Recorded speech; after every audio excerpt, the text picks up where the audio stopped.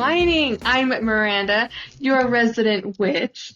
And I am Christal, your resident wino.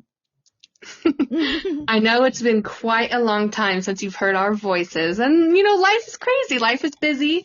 There's been new updates to both of our lives. Christal, she has her new job, which it's not new anymore. So yeah, you can tell us about that a little bit. Oh well, okay. So I'm teaching again. Before this position, I had not taught since having my girls. So 5 years of not working, not teaching. And then I come back and everything is different. Everything. Mm-hmm. So that made it really hard for us to continue recording because I can't even explain to you the ins and outs of everything that goes into teaching. But I had to get back on the ball, and I feel like I'm back on the ball. I know what I'm doing. I think we can do this through the year now, not just in the summer. Are you on mute?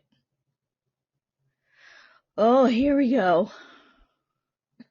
Hello? There you are. Can you hear me? There. Oh my gosh! I don't know. Why? I don't get it. Okay. Oh boy. I was like, I touched my phone. Like, I moved it over, and I had to, slide it back to the position it was on. Don't touch anything. I won't touch anything. It will just stay there. But before we got on here, Miranda was telling me about her new pets.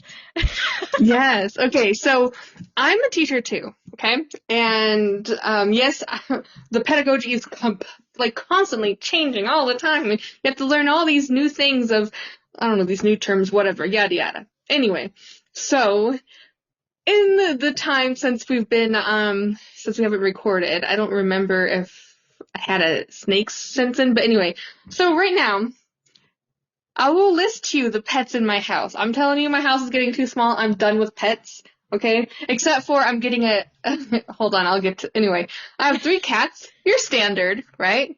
Yeah. 3 dogs. You're standard. Okay, cool. I have a big enough yard, big enough house for all these. All right. I have 3 snakes in my house. One of them I'm babysitting, or I guess I'm fostering. So 3 snakes. I have 2 corn snakes. One of the corn snakes is my sister's, and a ball python. And I also, at the moment, have 2 pigeons, and I'm going to be getting a 3rd pigeon on Tuesday. What? Yes, okay. What on earth makes you get pigeons? Because are you going to send me a letter? I can't, because the pigeons only know to come home. They don't know to go somewhere else. Damn it, pigeons! The 2 pigeons we have right now, they are homing pigeons, so I guess they could technically, we got them from a rescue, a pigeon rescue. We drove all the way to San Francisco from, Southern California to adopt these pigeons. It was like a 7-hour drive that we did to adopt these pigeons. Areas with thousands of pigeons all over the place to rescue more pigeons. Yeah, I mean, you're not supposed to go take a wild pigeon off a street, These ones were probably rescued from, racing, racer people, anyway. But they're really sweet. Pigeons are so cuddly. And you know what's interesting? Because you know how we say the intelligence of certain animals depends on if they can recognize themselves in the mirror or not? Yeah. Well, pigeons, they can recognize themselves in the mirror. They know it's themselves. They don't think it's another pigeon. They know it's themselves.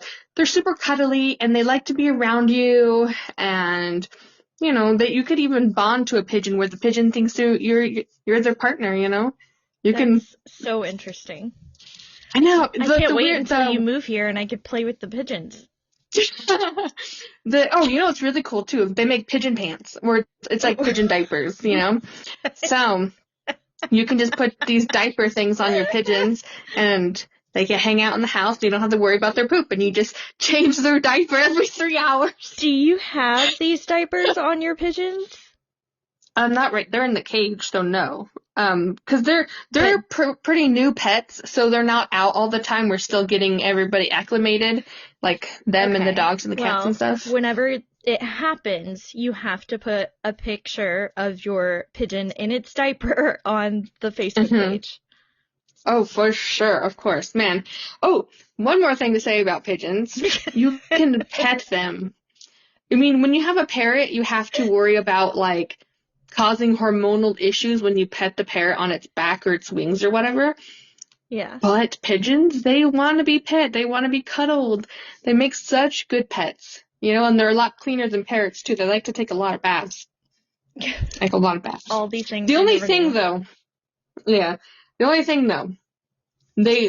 like kick around their food. Like, you put it in an ice bowl and they just, like, fling it around. And you're like, what the hell? Like, why? I don't get it. And they drink a lot of water, which is great. They don't poop or pee in their water like other freaking parrots and whatever do, too, when they're peeing in their water and pooping. You're like, why do you do this? I don't get it. Okay. But yeah, So, they're really cute. And save a I've pigeon. also been go to rescues. But I've also been hyper focusing on other, like, crafts and stuff. So, been doing, like, making D&D terrain and Oh, yeah. making all those minis. They're so cool. You have been kicking ass at that.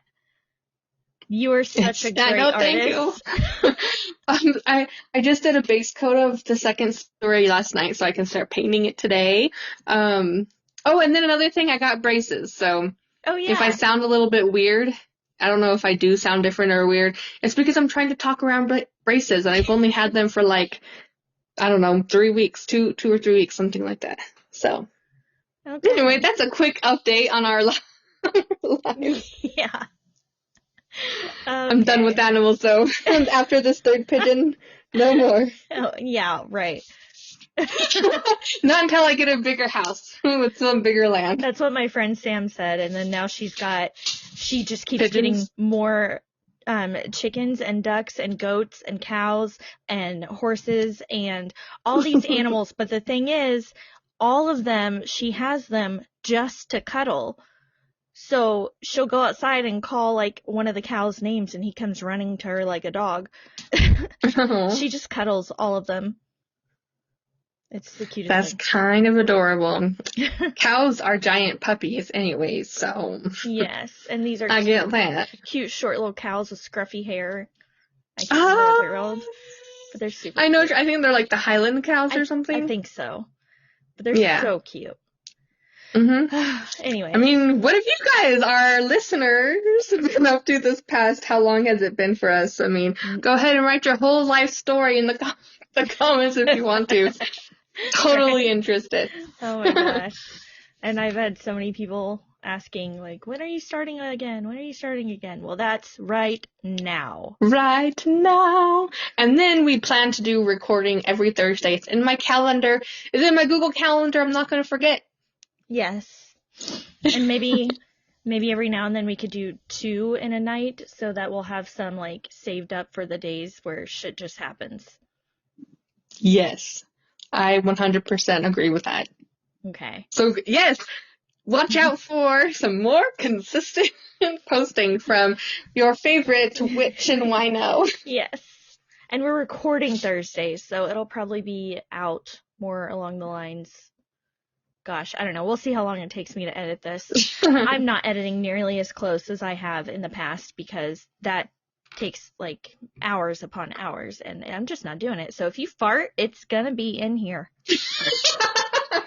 All right, duly noted. I am not taking out your farts. Okay. Okay. All right. We should get started. Mm-hmm. Do you want to go first or what? Oh yeah, sure. So this week we are talking about myths, like spooky urban legends or spooky myths. And I have 3 for you. The first one is rather short. I just have a lot of, like, speculation on this one, mostly comments on this little story. And the next 2 are a little bit more, a little bit longer. But I'm going to get started with somebody called Huggin' Molly. I think there might actually be a movie, some random little tiny movie that somebody made about Huggin' Molly, too. But I didn't really do much research into that. But Huggin' Molly comes from, I want to say Abbeville, or Abbeville, I don't know, Abbeville, Alabama. So, here in this small town, actually, I don't know if it's small or large, in this town of Abbeville, Alabama, children who play outside until dusk hurry home before it's too late, before it gets too dark. And they all have one thing on their mind. Or, should I say they have one person on their mind? And this person is none other than, if you guessed it, Huggin' Molly. And she is described as a giant of a woman who wears a long black dress and stands around 7 feet tall. Does she give really And apparently, good hugs? Wow. I mean, she's also said to be built like a linebacker, too, or a bale of hay or a bale of cotton, just nice and round. Teddy bear. But legend has it, yeah, that she will wander around at night looking for her next victim to terrify. If she sees you, she's gonna chase you, of course, as one ghost does, I guess, in these kinds of situations. But once she catches up to you, she will hug you tightly while screaming in your ear. And that's all she does. She just hugs you and screams. So at least she doesn't kill her victims, so that's nice. Other than, like, trauma and maybe some ear ringing after being screamed at, you know? So not such a bad little legend. There's this one longtime resident whose name is Jimmy Rain, and I pretty much think that he's a wee bit obsessed with Huggin' Molly because this dude opened up a restaurant that has her name. And then the restaurant is full of like lore about Huggin' Molly, and then also some old cinema type of paraphernalia and memorabilia, but I don't think it's from her, like the movie Huggin' Molly. But he says, Jimmy Rain, he says that anybody who grew up in Abbeville grew up knowing the legend of Huggin' Molly. If your mother or dad didn't want you to be out after dark, they'll tell you Huggin' Molly would get you, and you'd believe it too. Like I said, fortunately, she has only really caused some trauma to her victims, and really nobody knows where this legend started. But one thing that I saw online, it says that Molly was originally a woman who lost her child, and to deal with her grief, she went around the local town hugging the local children and probably crying in their ears because she was just that distraught. I know. Another story claims that she was, I know, when you really think about it, like she's just hugging you and she's just wailing, she's crying, and that's why she's screaming. Another origin story claims that she was just a woman who wanted to keep the kids safe and off the street, so she would, like, scare them, like, dress up, you know, and scare them to stay off the streets, and then she just kept on doing that after death. I like hugging Molly. Yeah. I'll give her a hug. Yeah. Overall, she's not too bad, right? You know? It's a spooky story to tell your kids, to tell them to come inside. And she just gives you nice big old bear hugs and screams in your ear. Now, this next story is about Bachelor's Grove Cemetery. This is in Midlothian, Illinois. And notoriously, honestly, one of the creepiest places anybody can think of are cemeteries, right? Everybody always has these cemetery stories, that cemetery story. Like, you could probably look up any cemetery and, like, find a list of legends or ghost stories about the cemetery. But I want to just talk about this one for now. Maybe next time I'll talk about another cemetery, but for now, Bachelor's Grove Cemetery. So, of course, some of the sightings or some of the claims are a woman in white or a woman in black who's waiting for, like, motorists or wanderers to come by so they can scare them. You know, there's always, like, a woman in white or woman in black. You know what I mean? It's always like that. Anyway, so there's a couple of people that I read about who had their experiences, and one of them is this person's name is Arvo Zylo. When he first went into the cemetery, he was a total skeptic, and after his experience, or their experience in the cemetery, they said that now they're more attuned to their psychic abilities, and now they're not a skeptic anymore, and they started to delve deeper into what abilities they have. But anyway, so this guy, person, again, I don't know if it's a boy or girl, so I'm going to say they. In 2003, in quotes, this is what he said.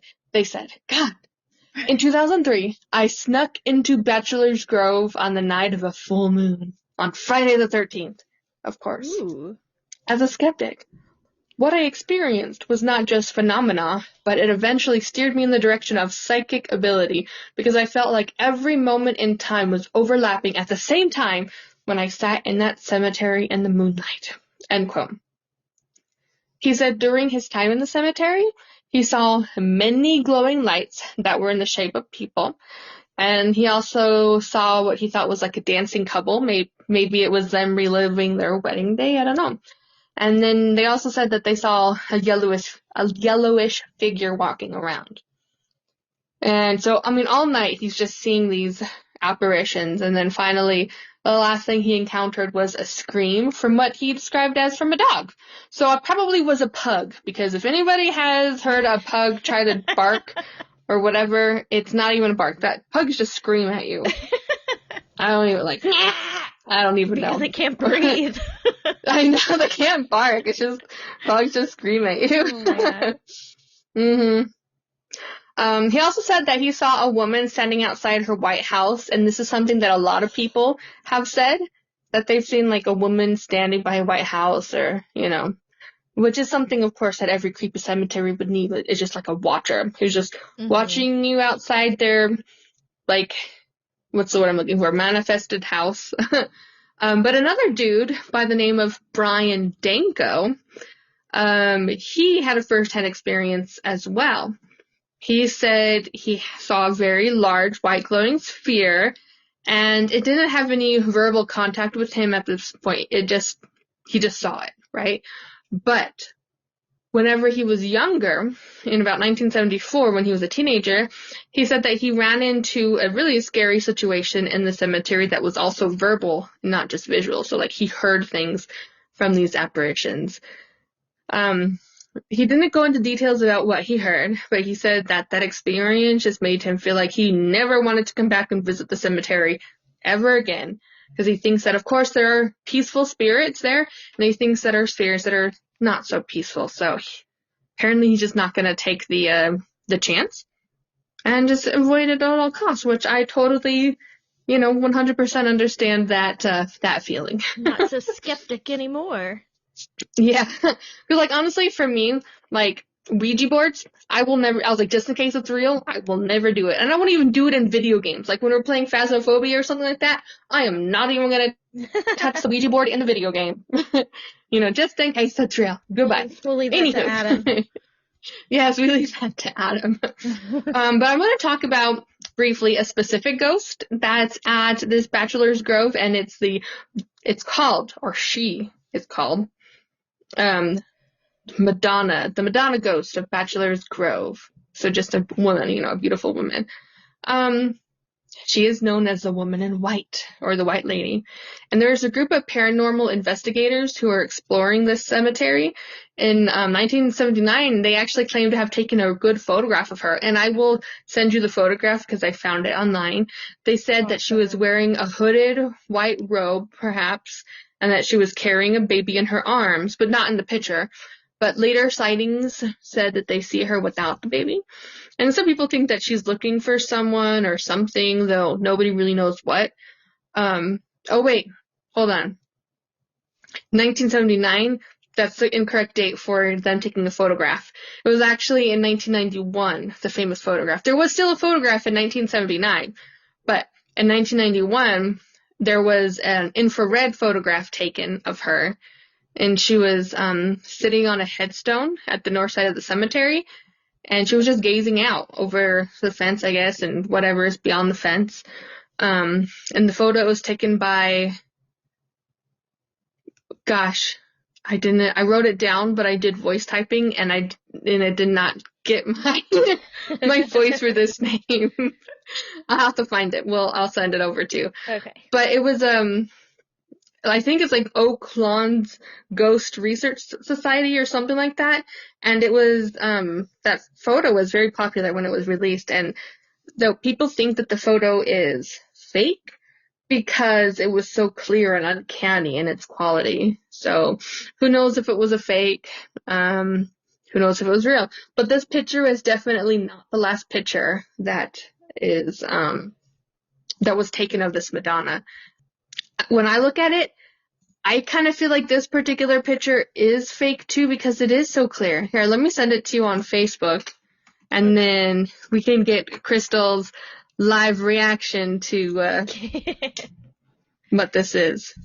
Scroll down all the way to the bottom of this thingy, the website that I'm about to send you, and then you'll see it. Oh. Do you see? Like, she's just sitting there, and it looks just like a person took a black and white photograph, and it's just somebody there sitting down. Looks like a real person just sitting there. Mm-hmm. Yeah. So how do I know it's not just a real person? Exactly. So that's when I'm like, that's one of the most popular ones, but it's also the ones that people think is the biggest hoax. You know? Yeah. But yeah, so that is our Madonna of our bachelor's cemetery. This is another one that doesn't seem too terrible, right? She's just hanging out. Yeah. Wandering around, sitting on gravestones apparently. But this next one, I think it's hilarious. Just imagining this creature is hilarious. And I hate to say it because I don't want to be disrespectful, but when you really think about it, it's just goofy. It's just, you imagine as it being goofy. So this legend is called the Hopping Vampire. I just want you to sit with that and picture what you think, why it's called a hopping vampire. Why is it hopping? Why is it a vampire? What? I don't know. Why is it a hopping vampire? Yeah. Whenever I first thought of it, I'm like, hopping? Is it like a vampire bunny? Is it like somebody, like a vampire who has its like feet tied together? I was thinking is like it a frog that sucks your blood? Yeah, right? There's a lot of things, but you don't expect it what it actually is, okay? So, our hopping vampire hails from China. Its name is often translated into hopping vampire / zombie / ghost, but the literal meaning of the translation, which in its native tongue is Jian, I don't know how to say it, Jianxi, which the literal translation is called stiff corpse. So, like a zombie. You would think, right? Kind of like a zombie, yeah. It's a stiff corpse, right? So, these creatures are described as wearing the uniform of a Qing Dynasty official, and it's also very recognizable by its posture and movements. So, I'm going to describe to you what I read online of what these hopping vampires look like. First, their arms are permanently outstretched, like how you would imagine a zombie would be, right? Like when you're seeing a typical brain, like it's just walking with its arms outstretched.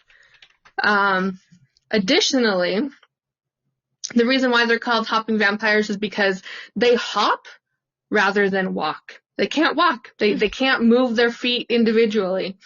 And the reason why their arms are outstretched and they're hopping instead of walking is because of the stiffness in their corpses made by rigor mortis.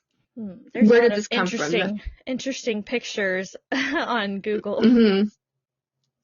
Because my next question was like, where did these come from? Like, how did this sort of myth happen? Because, there's always an origin for myth, regardless of how funny or goofy or scary or whatever. There's an origin, right? The origin story that I was able to find was that when a soldier died during the war that happened in the Qing Dynasty, they would want to send the bodies back home so they can be buried at home and so their soul wouldn't become homesick, of course. And that's a very nice thing to do, right? So there were these, how did I say, like Taoist priests? They were said to have like animated the soldiers to make it easy for them to find their way home. So they would animate the soldiers and give them a single command of like, go home, right? And then they would go on their way. However, they did need a little bit of help. So they had these people called corpse drivers who would kind of like herd this group of corpses in the right direction, because, it's just like a mindless hopper, right? Just a mindless hopping zombie reanimated thing. So, corpse drivers.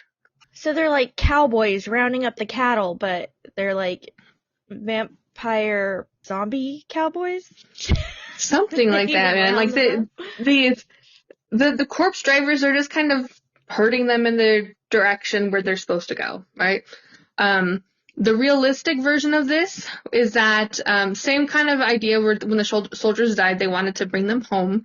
They would have the corpse driver still, but instead of like herding a bunch of animated hopping corpses, they would be carrying a coffin on the back of like over 2 bamboos over their shoulders, like 2 people in front, 2 people in back, and like from a distance, because you only see them at night too, because they're not going to be traveling with these bodies in the daytime.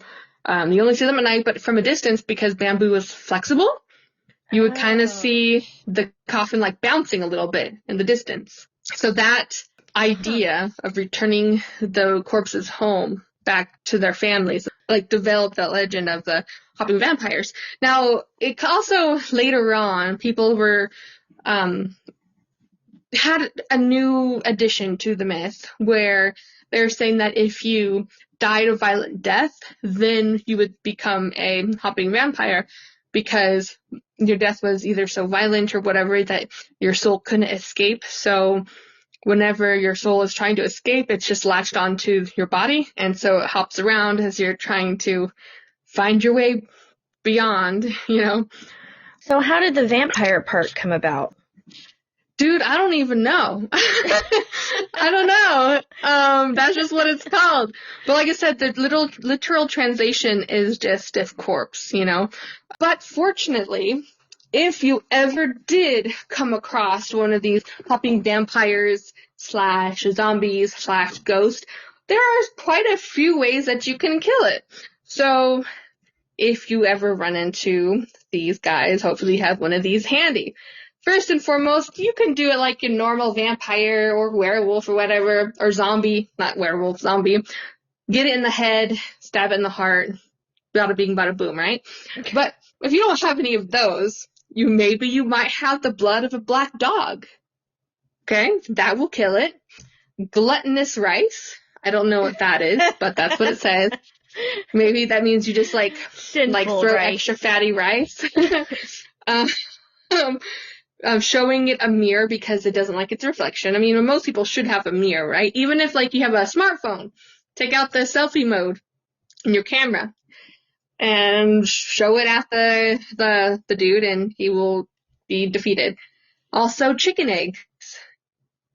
So we're going around egging zombies, and this one is the funniest. They said if you throw some money on the floor, it won't kill them, but they'll stop to count it, so you can get a ray. Yeah. This one's also funny. So if you have, go on. Oh, I was gonna say, so they're like exotic dancers too. You just throw money at them. And here's another, dude. This one is even funnier, I think, maybe. The urine of a virgin boy. Ew. Yeah. Like, who thinks of this? How did they figure out that worked, right? Holding one's breath. So if you hold your breath, I guess maybe they can't scent you or smell you and you can run away. If you stick a Taoist talisman on its forehead, again, it'll give you some time to get away. It won't exactly kill them. It'll just make them stop. It makes them immobile so you can run away. Or if they hear a rooster crowing. Yeah. You need to buy some roosters now. Mm-hmm. So yeah, so of course as the myth goes on, another new addition was that way back when, that whenever the corpse drivers were hurting them, the corpses were like, nah, I'm not gonna listen to you, and I'm just gonna go off my merry way and do some hunting. And then, now these are a very popular addition to Chinese films, like especially horror films, obviously. So if you look it up online, you can find a ton of pictures and videos that include these hopping vampires or walking Yeah. stiff corpses. A ton. I don't know how I never heard of this. Right? It's so interesting to me because it's like just cultures from around the world, how their own myths or urban legends get started is just so fascinating. And it always reminds me of a game of telephone where it starts off as one thing and then somebody says, oh my God, look what I heard or look what I saw, and then tell their neighbor, and the neighbor like, oh my God, my neighbor said that, and then, oh my God, little Barry down the street said you know. It ends up completely different than what it started out to be. Oh yeah. So those are my stories, my very fascinating stories in my opinion. Nothing too spooky, just to get us off on, like, to ease us in to coming back. Just entertaining.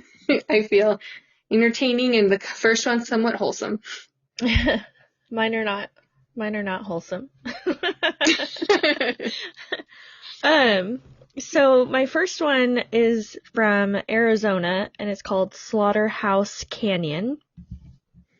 In the remote Kingman area of Arizona lies, I'm not sure if I'm saying this right, Luana's Canyon, also known as Slaughterhouse Canyon, a destination popular among thrill seekers fascinated by chilling experiences. It is said that in the 1800s, a family resided in the depths of the canyon. The father would often leave to look for provisions or food, and some say even mining for gold, because it was, around that time. So he vanished one day. He just never came back. He would go on these trips to find provisions, but one time he just didn't come back. And so that left his wife and children to fend for themselves. Which is scary. Oh yeah, especially back then. As hunger tightened its grip, the family's cries echoed through the canyon, eventually culminating in a tragic turn of events.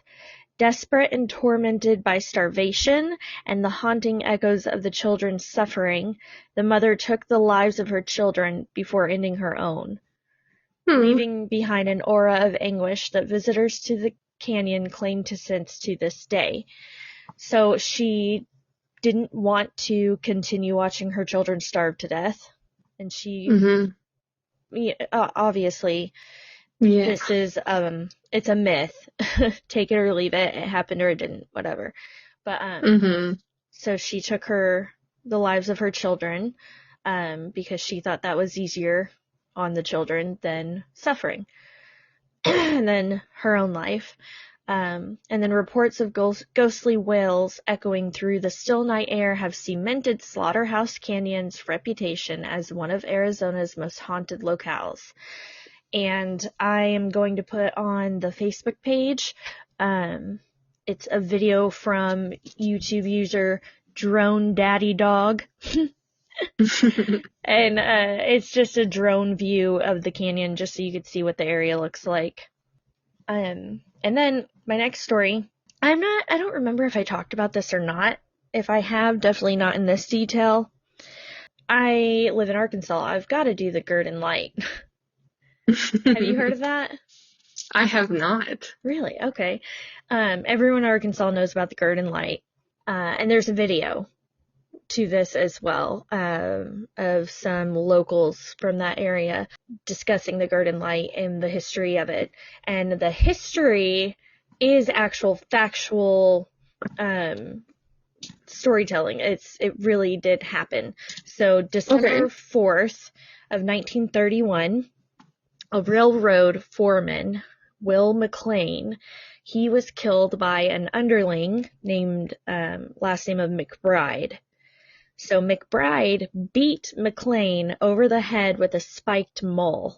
And when McLean was found, he was still clutching his lantern on the railroad tracks. And then soon after his death, that's when this light on the tracks started showing up. And people think it's him coming back with his lantern and walking the tracks. And the light does kind of sway and bob like a lantern would if somebody were holding a lantern and walking. So there are some theories about what it could be. Some people say it's swamp gas. I don't know. But there is this one theory that they talk about in the video that was really interesting to me because, I love science. Yep, and for sure. It is piezoelectricity. Have you ever heard of that? Okay. I've never heard of that. I had not either. And so I did research and I was like, whoa, this is so cool. So piezoelectricity is a property of certain materials. So it only works with certain materials and it allows them to generate an electric charge in response to like an applied mechanical stress on the material. So okay. Simply said, if these certain types of materials get pressure applied to them strong enough and long enough, it will actually it'll generate an electric charge. Okay. So some examples that I thought were really cool before I get into this. Electric lighters, electric ones, are an example of piezoelectricity. You just push the electric button. lighters, you said? Electric lighters that kind of shoot like a flame, well, they all shoot a flame, but the ones that kind of look like what are those things? Like a torch lighter. You know what I'm talking about? Yes, okay. Yeah, I know what you're talking about. Yeah. Okay. Anyways. Not like one where you cause the friction spark thing. Yeah. No, but the electric ones that are like torch lighters, those are piezoelectricity. And then a couple other examples. I was going to explain the lighter, but I don't want to lose you too much. I was going to explain the ins and outs of it. But forget that. Here's some really cool examples of how other places are using this electricity, and we should be doing this to save our planet.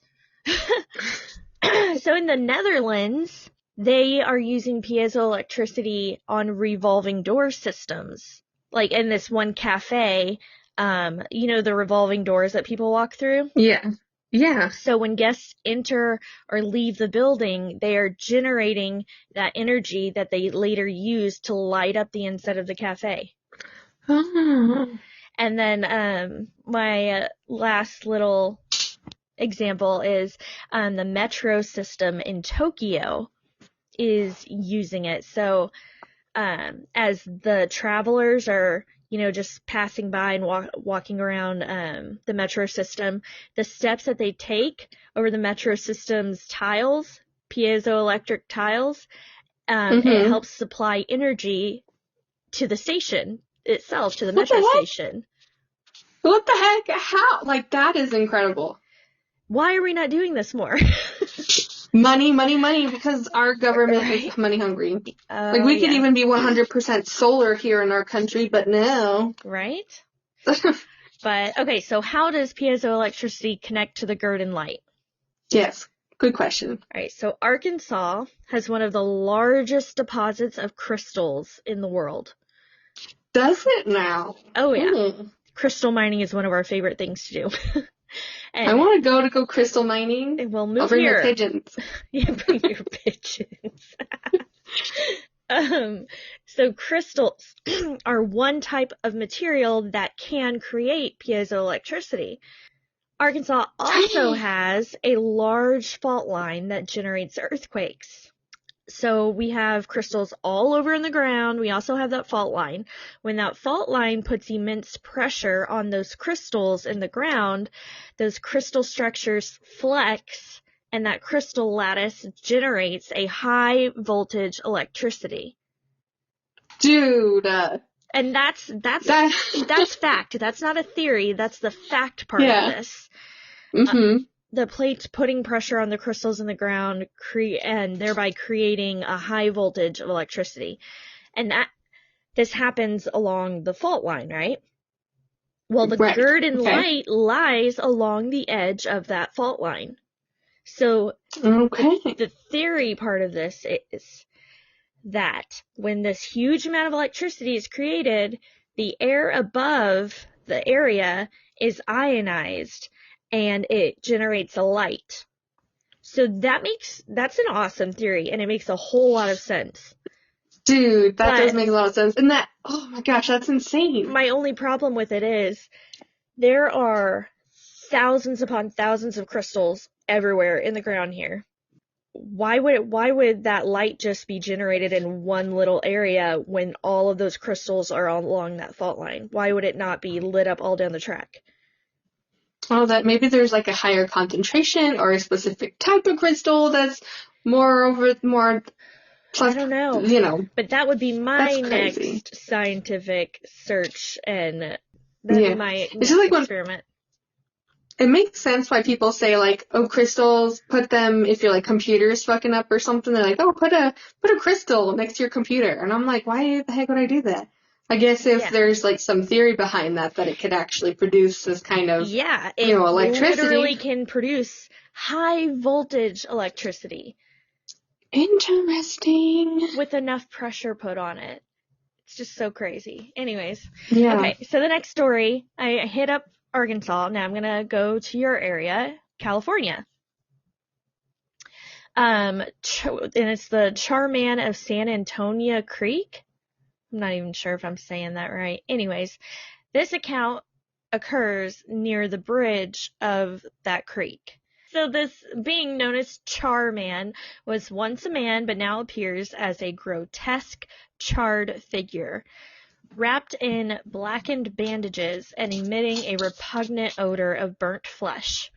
Charman is said to have transitioned his haunting grounds. Sure. Huh? Hmm? Nothing, just continue. Okay.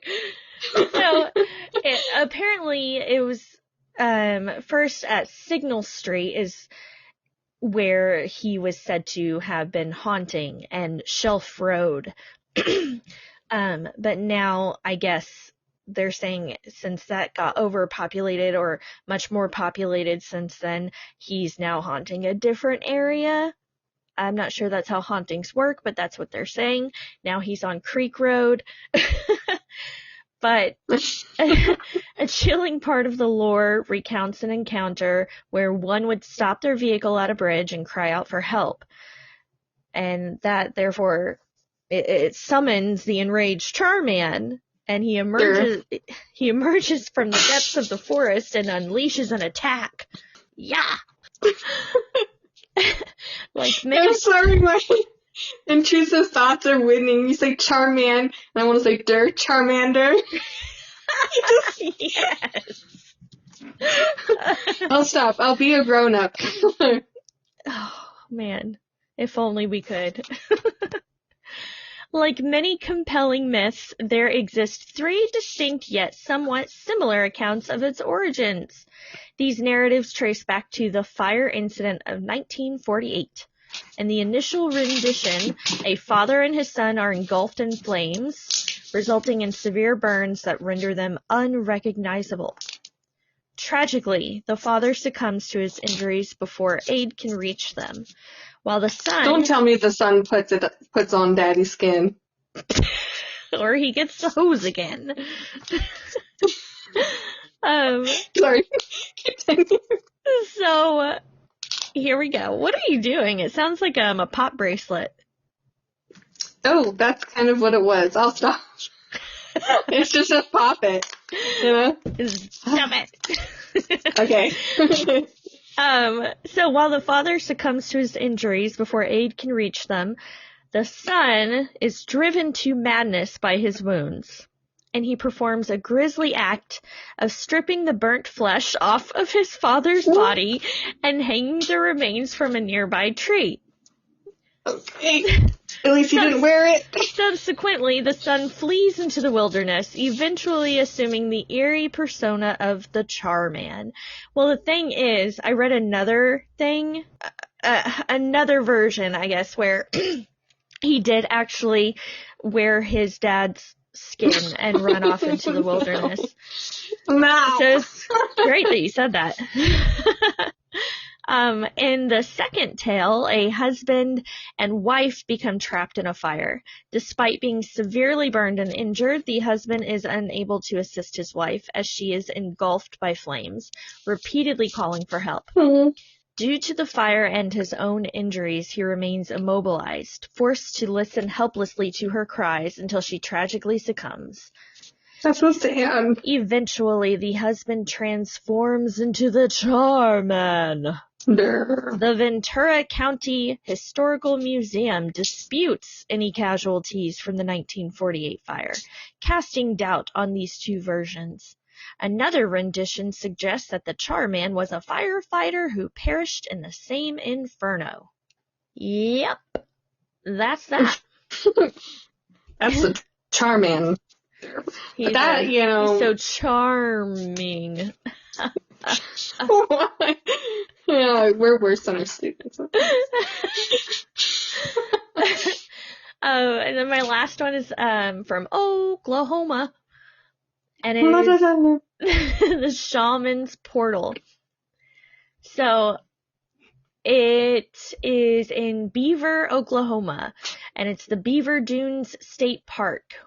I think they renamed it. But anyways, Beaver Dunes State Park lies within the Panhandle region of Oklahoma, accessible via U.S. Highway 270. Encompassing more than 300 acres of sandy hills, it is nestled in a locale often referred to as no man's land.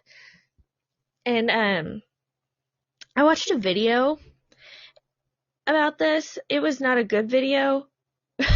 So I don't think I'm going to post it. But it did show how sandy it is. And dude, every inch of this is just like deep, thick sand. It's just insane. So the historical mysteries associated with the park can be traced back to the 1500s, when companions of the explorer Coronado vanished from the dunes amidst strange occurrences. So Coronado, this is he's a famous explorer, and this part is said to somewhat be factual because this is actually in his journals, which I'm about to say that anyways. Dude bro journaled this, that this happened. He lost some of his men, that they had vanished amongst bursts of green light. Some people called it green lightning, but these bursts of green light came and these men just disappeared. Local Native Americans had long avoided the area, and they cautioned Coronado about its dangers, but their warnings went unheeded. These events, documented in Coronado's journals, remained undiscovered for centuries. Referred to as Oklahoma's Bermuda Triangle, or the Shaman's Portal in Oklahoma. The enigmatic sand dunes have claimed numerous lives over the years, their secrets shrouded in mystery. Various hypotheses have been proposed regarding the reasons behind these vanishing incidents and occurrences of green light, with one suggestion being that this area might have been the site of a UFO crash in the past. Campers at the park have witnessed individuals with a military appearance engaging in nocturnal digging activities. So, digging at night. That's not creepy at all. Right. Sparking curiosity and speculation. During the 1990s, Dr. Mark Thatcher reportedly dedicated 3 years to investigating anomalous discoveries brought to his attention by archaeologists from Oklahoma State University. His research efforts were abruptly halted by individuals with military backgrounds resembling the enigmatic men in black. So he's trying to research this place, and supposedly men in black come around and cut him off. Like, nope. Like, I'm sorry. Look here at this little camera thingy. Look at this pen. There is uncertainty surrounding whether Thatcher was associated with an unidentified geological team from a different university that is rumored to have conducted research in the same area during the mid-1990s. This team allegedly collected various geological samples and encountered peculiar phenomena such as ionized soil and electromagnetic disturbances. So I have this video.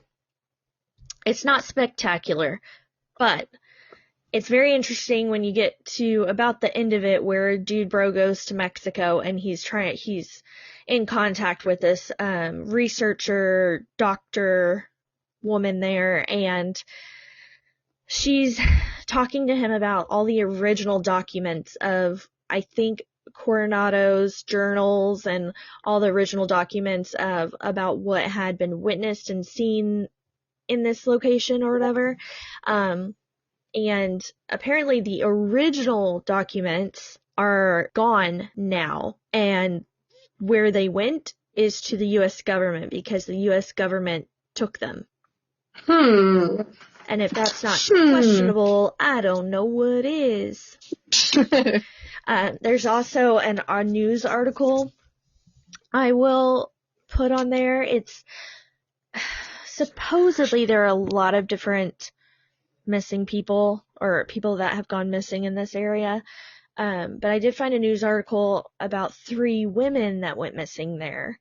And it's super interesting because even though some people are using their case, the 3 missing women, that case to go towards, there's this crazy phenomena, everyone's disappearing in this area. If you actually read the story and look at all the possible reasons why they went missing, there's a lot of other explanations that could have happened. And there's also another link on there called charlieproject.org, and that talks about in detail about the case. And y'all, these ladies, people are like, yeah, they went missing because everyone goes missing there. It's a portal. It's a Bermuda Triangle, whatever. No, these ladies were wrapped up in all kinds of crazy stuff, like conspiracies and like horse racing mob type people and like married men being with married, all kinds of things. It's really interesting, even if it has nothing to do with the paranormal. All the drama. Interesting. You like the tea? Yeah, the tea was real good. It was hot. So if you want to have some hot tea, I'll put that on there too. And give us a like and a subscribe and a follow or wherever all those buttons and mashing and Facebook and stuff. Yeah, or let us know what you want us to talk about. I was thinking next time, because I came across a ton of I was gonna say monsters, animals, I don't know what you'd call them. Anyways, I came across a whole bunch, like, all over the United States, places and animals or beings that I didn't even know supposedly existed. So I thought maybe we could talk about, like, mythical beings or something. Yeah, like my hopping vampire. Yeah, and there's so many of them. I'm sure we could do more than one episode on that. Yeah, that will be exciting. So stay tuned for hearing and learning more about some random mythological creatures that barely anybody knows about. Yeah, because they were real freaky, and some of them are like, what? Y'all are scared of that? I don't know. There's some weird stuff out there. It kind of reminds me of Chainsaw Man. I don't know if you've heard of it. It's a manga, and it's a show now, too.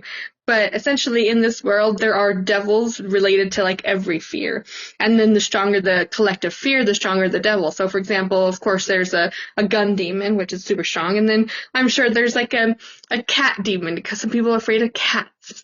And there's a pogo stick demon, because I'm sure some people have a fear of pogo sticks. And the more scared people are of it, the stronger the demon is? Yeah. Oh, interesting. Mm-hmm. Huh. My friend Sam is terrified of butterflies. Butterfly demon right there. Well, anyway, I hope you guys enjoyed this episode of Witchin' and Whinin', and welcome back, everyone! Welcome back. We're back. Do do do do do. Insert music here. How did we end it? Oh, don't forget to check out our Facebook because, that's where we put our videos and photos and all that jazz that we talk about. So go check it out. It's just Witchin' and Whinin' on Facebook. And then email us at witchinandwhinin@gmail.com. That's WITCHN ANDWINEN@gmail.com. Awesome. See you next time, or hear you next time, or until next time. You'll hear us next time.